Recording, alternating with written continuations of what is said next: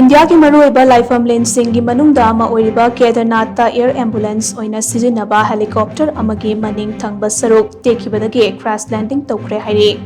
Helicopter adu Rishikesh ki aims ke Kedarnath tamna pairakhibani. Helicopter crash landing toriba mafam ase chahi asigi oina char dham yatra haukiba numit kharani dangairibani.